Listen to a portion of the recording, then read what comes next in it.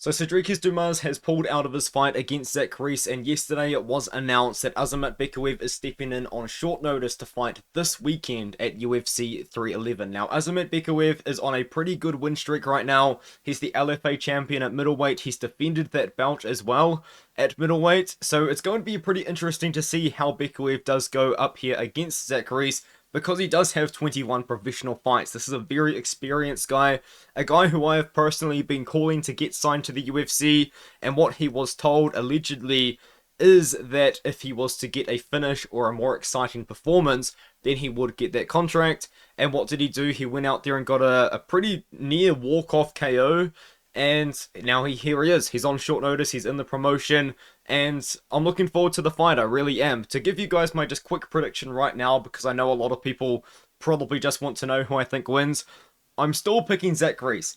And that's kind of funny to me because I have been calling for Bekoev to get signed to the promotion. I did find it funny that Bekoev does hold a win over Dylan Budka, yet Budka was called up to fight on the Contender Series, and then he went out there and he fought against Lucas Fernando, and that fight was pretty good. I thought it was somewhat fun, to be fair, and there's probably quite a bit to talk about in that matchup because it did show that Bekoev can get hurt. Bekoev actually got knocked down pretty badly in the second round to a flying knee by Fernando.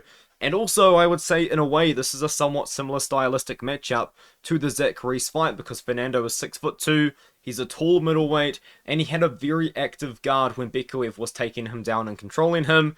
So yes, that is how Bekoev fights for the most part. He really does just want to get that takedown, and he does just want to get that ground and pound and really cruise to a decision victory using his top control.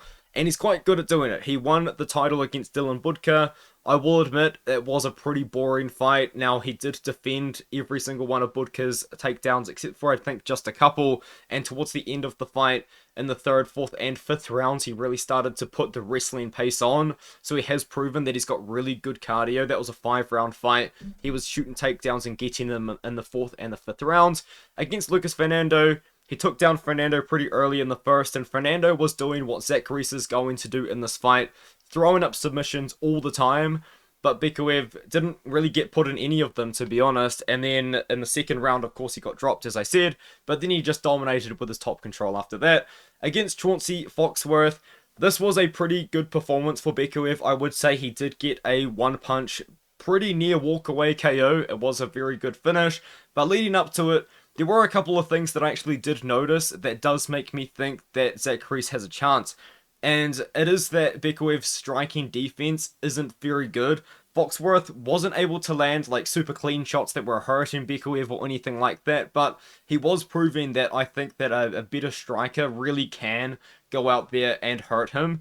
And also another thing that Foxworth was doing was what Fernando was doing when he was on bottom. He was throwing up subs, and he had Bekoev's back at one point at the start of the second round when Bekoev made a mistake, and then also when Bekoev eventually got on top, we actually saw Foxworth work an armbar attempt in there. And I do think that once again, someone like Zach Reese, who is a lot bigger, a lot more powerful, could actually go out there and maybe finish, because we've seen that's what Zach Reese wants to do. Zach Reese is a massive middleweight.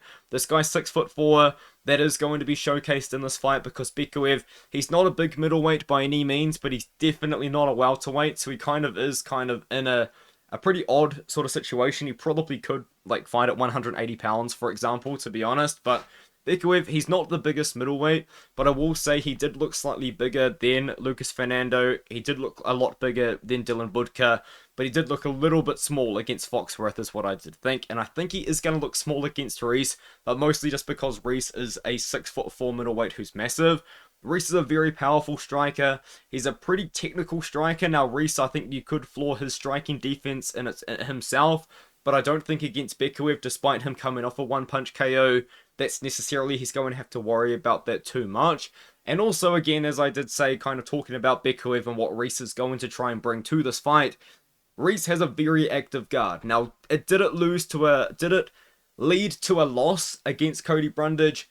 Yes, it did. He did get slam KO'd by Brundage, but what was he doing? He was working for a triangle in that situation, off his back, really trying to get a quick sub. He did the exact same thing in a win over Eli Aronov in his Contender Series fight, and he looked quite good. And prior to that, to be honest, he wasn't really fighting the best guys, but he did get Phillips in a 33-second guillotine attempt. I'm 99% sure that was a guillotine off the top of my head, but Zach Reese, I think that he is going to present quite a bit of danger to Bekoev in this fight. Now, on short notice, I feel like Reese is a very tough guy to take a fight against, just because he is going to be so dangerous in that first round. That's how he wins most of his fights. I was picking Reese to win by finish against Sedriques Dumas. I thought that the submission was going to be slightly more likely, just given the fact that Reese is so much better at grappling than Dumas is. But now that it's in this kind of matchup, I think the knockout is more likely. But the thing is, Bekoev, I would say, is nearly guaranteed to get a takedown here. So I guess with that said, you could just say, oh, hey, we've seen the same matchup happen before against Lucas Fernando. Bekoev's going to win a decision. And yes, that could happen. But honestly, I think that Reese is a lot more active when he's on bottom. He's always trying to throw up submissions. And quite honestly, he typically gets them. I think he's going to be a lot more dangerous for Bekoev than any of Bekoev's previous opponents. And I think that, yeah, I think Reese. I'm picking Reese. Now, it's funny, though, because as I said at the start of the video, I've been calling for Bekoev to get signed, and now that he's been signed, I'm not picking him to win. So, if Bekoev wins, I think that it would be a pretty good win for him to take on short notice. Then he would be 19-3, and 110% would be a prospect to look out for. But personally, I'm already pretty high on Zach Reese, and now that he's had the full camp, I think that against Bekoev, he has opportunities to get a finish by knockout or by defensive submission in some way. Let me know what you think in the comments below. One thing I will say is the odds did drop, and they opened with Bekoev being a -250 favorite, and Reese was like plus 200. I think it was pretty insane. I just wasn't sure why they would do that. I don't think that this fight is this wide. Now, would it have made sense to me if they made Reese a +100 underdog and Bekoev a slight favorite?